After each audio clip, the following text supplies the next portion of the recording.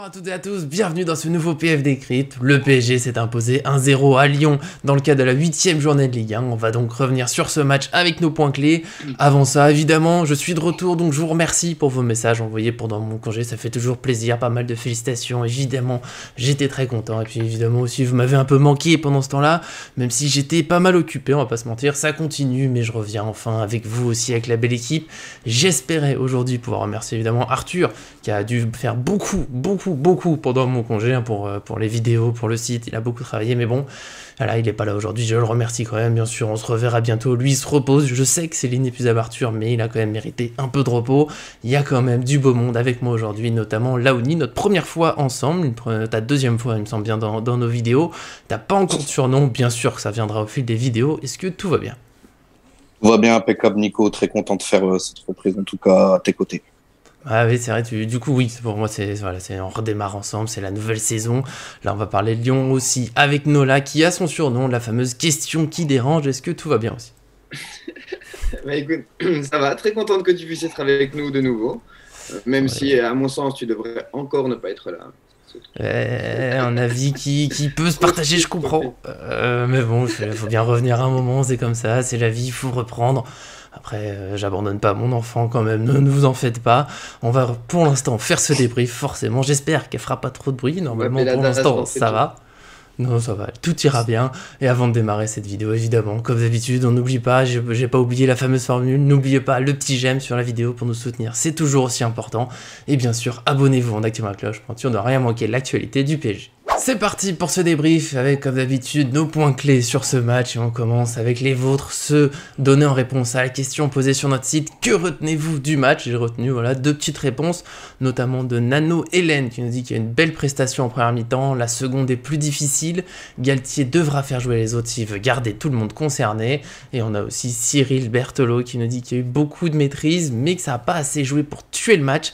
C'était un peu trop facile devant le but, ça aurait pu nous coûter cher. Qu'est-ce que t'en penses, Laoudi? Bah, moi, je suis tout à fait d'accord avec ces deux petits points-là. On a fait une bonne première mi-temps, je dirais 30 bonnes premières minutes avec le PSG, hein, toujours dès le début. Hein, voilà, ouverture du score, Léo Messi dès la 5e. Donc voilà, je suis d'accord. Après, en deuxième, on aurait pu voilà, creuser le score, mais bon, dans l'ensemble, l'essentiel, c'est les 3 points. Toujours. Nola. Je vais encore me répéter, mais pour moi, 7 matchs en 21 jours, je pense que c'est aussi normal qu'on ait vu une deuxième mi-temps un petit peu plus poussive. Après, bah voilà, une ouverture du score très rapide. Derrière, l'équipe a joué pour tuer le match et surtout conserver le ballon pour moins se fatiguer. Et ben, malheureusement, depuis Monaco, on l'avait déjà souligné, un petit problème d'efficacité qui fait que devant, on n'a plus les scores fleuves des premiers matchs du début de saison. Mais voilà, on a la trêve, les joueurs vont pouvoir se reposer. L'essentiel, c'est qu'on est premier aussi au championnat. Enfin, oui. Marseille a fait match nul, donc on reprend seul la première place. C'est ce que moi je vais retenir de cette 8e journée surtout. Ouais, après, pour moi, c'est un peu le même problème qui se répète on va dire, sur les 3 derniers matchs. C'est un peu ça démarre fort, je trouve, ça joue bien. Hein, là, hier, moi je vous le disais déjà dans nos messages en privé, je trouvais que le PSG jouait très bien. Il y avait des belles actions, ça enchaîne. Mais après, on finit pas. Et puis forcément, comme vous le dites, avec tous ces matchs en peu de jours, c'est dur de tenir sur 90 minutes. Donc petit à petit, ça a été un peu moins bon. Oui, la seconde période, c'était un peu décousu par moments. C'était que c'était plus dur de courir tous ensemble. Et le problème, c'est que vu qu'on n'a pas tué le match, Lyon a gardé de l'espoir, ils sont chez eux, ils mettent de l'intensité, on le sait, ils mettent du rythme. Le seul moyen d'être à peu près tranquille, c'est de les tuer, entre guillemets, enfin de tuer le match, comme on dit, donc de mettre les buts quand on peut. Ils sont pas là.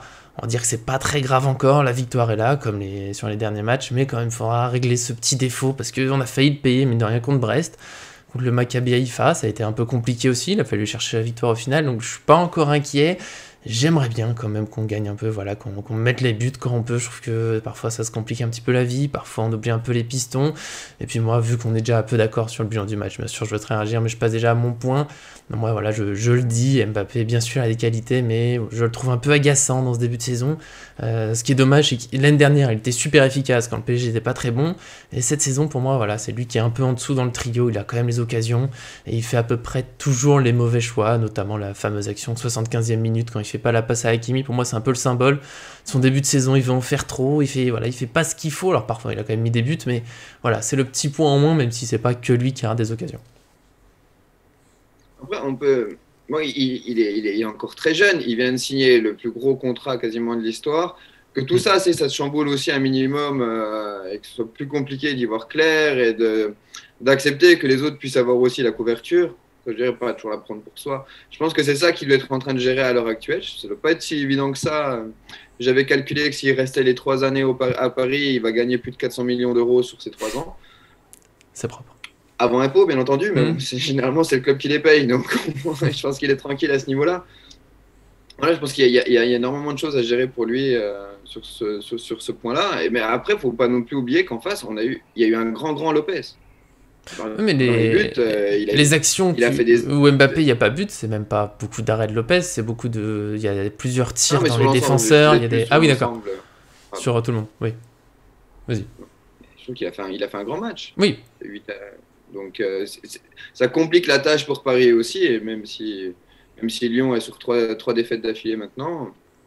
Ça reste, quoi qu'il arrive, une équipe qui est compliquée à jouer. Déjà, toutes les équipes, elles ont envie de bien faire face au PSG, encore plus Lyon.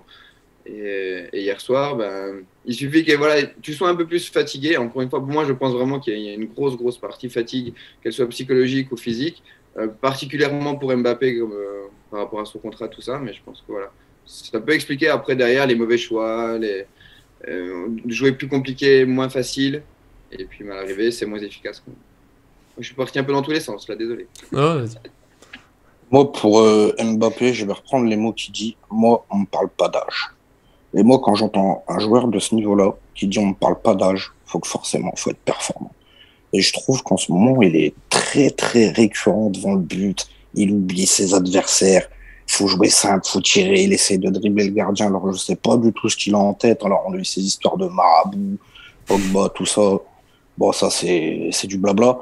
Mais je trouve vraiment qu'il pourrait mettre la barre encore un petit peu plus haute. Hier, effectivement, on a eu des bonnes actions. Après, je pense que Lopez et notamment Mendes derrière, ils ont été très bons aussi sur certaines phases. Ils ont repoussé l'échéance, on va dire, parce qu'on peut sortir au moins avec un 3-4-0, je pense, haut la main. Mais Mbappé, c'est vrai je suis d'accord avec vous et notamment toi, Nico, il est agaçant. Il est vraiment agaçant. Pour moi, c'est le mot. J'espère qu'il va rectifier le tir parce que quand tu vois Neymar et Messi encore hier, c'était magique les deux, quoi. Et on sent toujours celui qui est un petit peu en retrait, c'est lui, et c'est vraiment dommage. Ouais, il manque quelque chose. Vous avez dit oui, Lopez, il était très bon, mais je me rappelle pas beaucoup d'actions de Mbappé qui finissent je me rappelle plus de tirs contrés, de dribbles finalement qui passent. Alors Mendes, oui, a été meilleur que sur les derniers matchs, que ce soit contre Mbappé, Neymar autre, mais ouais, pour moi le mot c'est agaçant. Et encore une fois, attention, on n'est pas en train de dire que c'est un mauvais joueur qui va louper sa saison, c'est juste c'est le petit point noir pour moi dans ce début de saison.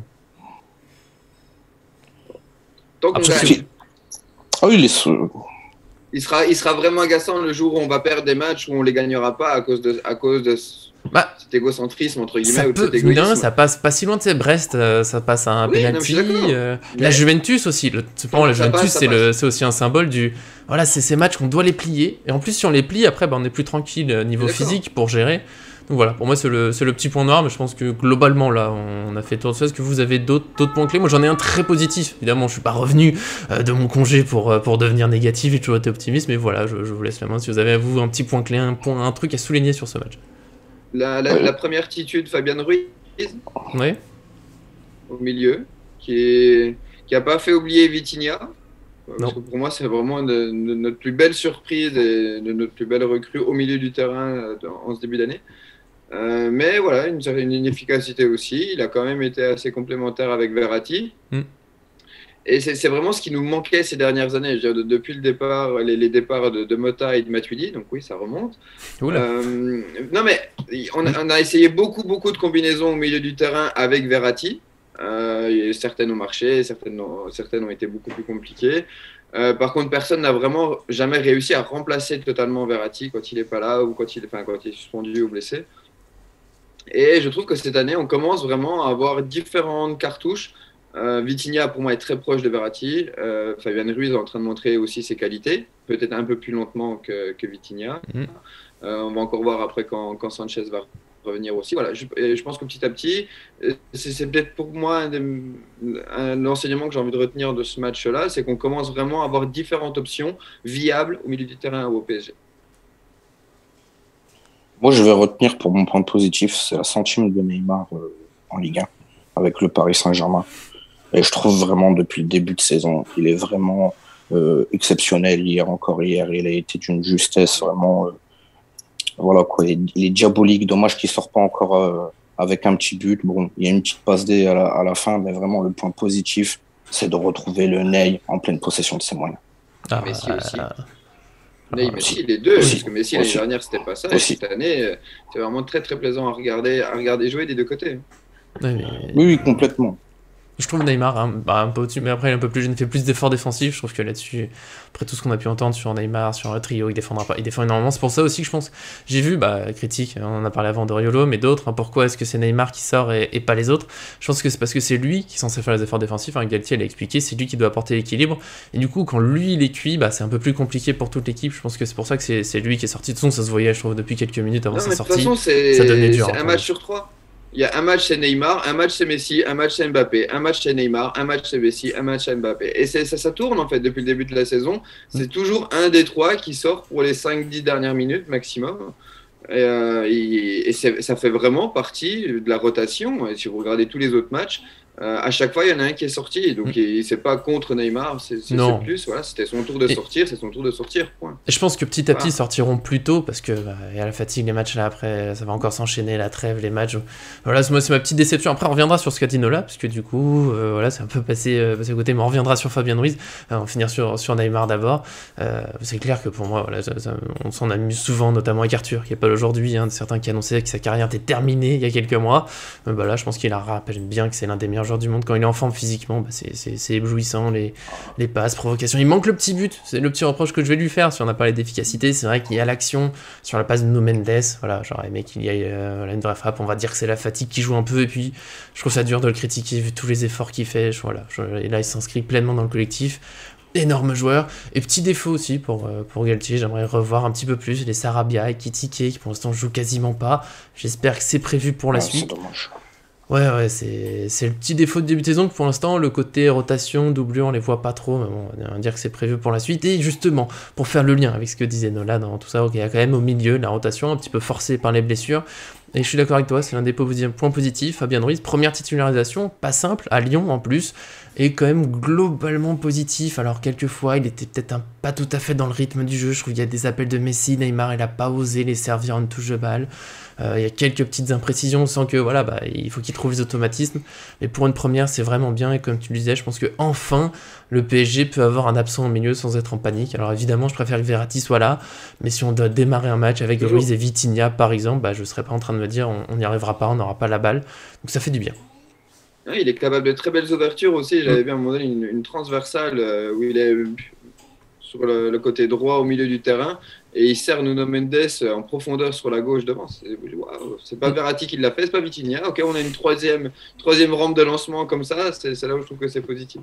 Peut-être même qu'il met des buts à ce qui après, oui. Non, mais après, Fabien Ruiz, techniquement, ça reste un bon joueur. Moi, après, là où je l'attends, ça va être sur le repli défensif, sur les tâches défensives, où on sait que quand on perd la balle, derrière, il n'y a pas grand monde, donc il faut vite revenir pour aller presser le porteur de balle. Et j'espère qu'il va faire les efforts, qu'il ne va pas se faire éliminer un petit peu comme il pouvait se faire éliminer à Naples. Et là, il est entouré de grands joueurs autour de lui, donc je pense que ça va être vraiment un vrai plus. Si notamment on a des absents comme Marco. Il y a eu quelques interceptions, Fabien Ruiz. J'ai pas suivi chaque joueur, mais je trouve quand même quelques interceptions. Après, clairement, il va pas courir aussi vite que Vitinha et Verratti. Il est un peu plus lent, mais je pense que ça passe. J'ai l'impression, là, comme ça, on verra, faut qu'on confirme que c'est un peu au-dessus que ce que nous apportait Paredes, par exemple. Oui, complètement. Puis, Paredes, après, c'est vrai que j'aimais bien aussi, c'était un peu ce clébard qui allait mordre aussi sur les chevilles, qui allait mettre un peu de pression. Fabien Ruiz, c'est autre chose. On a Ramos pour ça. Oui. Il y a Ramos pour non, sur ça, on a notre grognard. Ouais, ça, après, ouais. J'attendais Carlos Soler. Oui. Il manquait un petit peu. Manquait un peu. Oui, non, là. Ça bug chez moi à mort, j'ai l'impression. Là, je vais Paredes, il manquait un peu d'intelligence de jeu, je trouve pas par moment. Alors, une grosse frappe. Moi, c'était la vivacité, je trouve. Voilà. Et du coup, si on peut avoir un petit peu mieux dans ces compartiments-là, on s'en plaindra absolument pas au milieu. Après, il faut qu'il confirme, mais comme tu l'as dit, Laoni, bon, il joue brièvement pour l'instant, Solaire, j'espère qu'on le verra un peu plus aussi. J'ai dit que Sarabia a critiqué, mais lui aussi, au milieu, en attaque, voilà, pour l'instant, c'est quelques petites entrées. Je sais pas si vous aurez d'autres points à ressortir du match, mais voilà, pour moi, il y a un joueur, on est obligé de parler de lui. Alors, on s'est pas moqué de lui et Arthur l'année dernière, mais c'est vrai que des fois, on était agacé de le voir en 6 dans un jeu où ça devait être Verratti, puis d'un seul coup, c'était lui qui apportait pas du tout les mêmes qualités. Mais là, faut bien le dire, Danilo, pour moi, c'est la grande renaissance cette saison.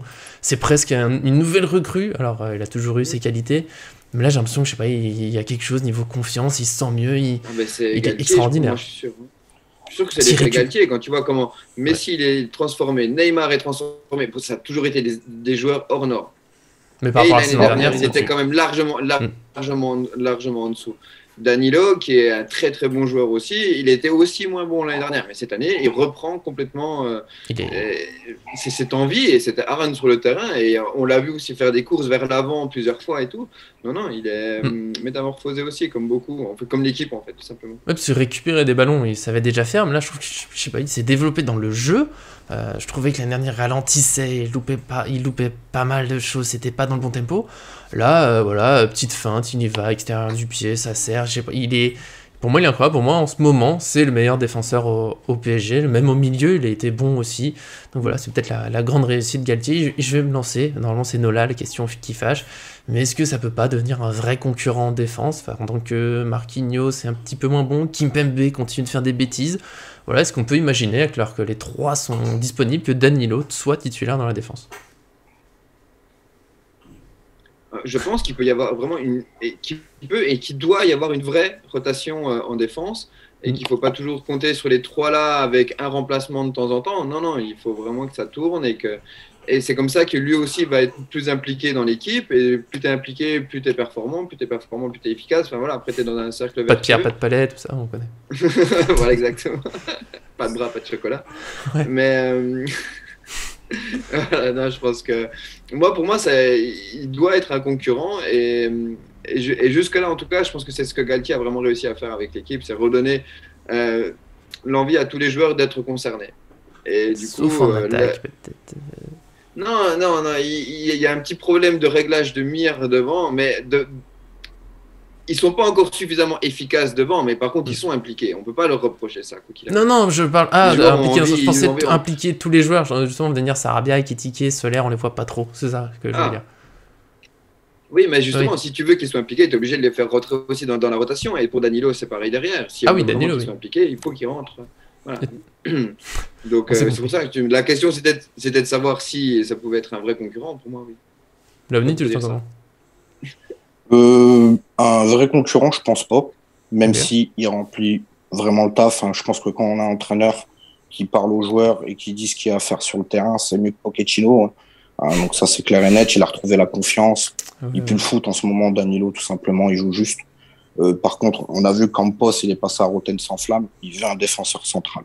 Et je pense que avoir un vrai défenseur central de métier derrière, bon voilà, je pense que c'est mieux. Mais en attendant, Danilo, pour le moment, rien à dire. Vraiment, du coup, est-ce qu'en attendant, il peut pas passer devant les trois? Voilà, c'est... On verra dans les prochaines semaines. Pour l'instant, de toute façon, Kimpembe est pas là, donc il continue, il enchaîne, tant mieux. Il y a aussi Mukele qui est plutôt bien rentré. Mais voilà, je sais pas si vous avez d'autres points clés pour moi. Moi, de mon côté, j'ai fait le tour de ce que je voulais souligner en particulier. Vous me dites si vous avez un petit dernier mot à dire, peut-être une question qui fâche. On est premier avant la trêve. Non, juste une petite stat qui me fait plaisir. Neymar a 100 matchs en Ligue 1 et il y a un seul joueur à marquer plus que lui sur une période aussi longue de matchs, c'est Zlatan. Le troisième, c'est Mbappé. Il y a 2 attaquants et Neymar est le seul milieu. On l'avait souligné entre nous en off et tout, mais voilà, je trouve décisif 121 fois, un truc comme ça, non? C'est pas ça? C'est énorme. Une petite stat comme ça, effectivement. Je crois qu'il doit avoir 73 matchs, 73 buts, et Zlatan est à 80 et quelques au-dessus. Mbappé, il lui manque 1 ou 2 par rapport à Neymar sur une centaine de matchs. Il est nul, mais voilà, mais il est comme on dit souvent, c'est pas mal. Du coup, c'est bon pour vous. Sinon, on a fait le tour de cette rencontre.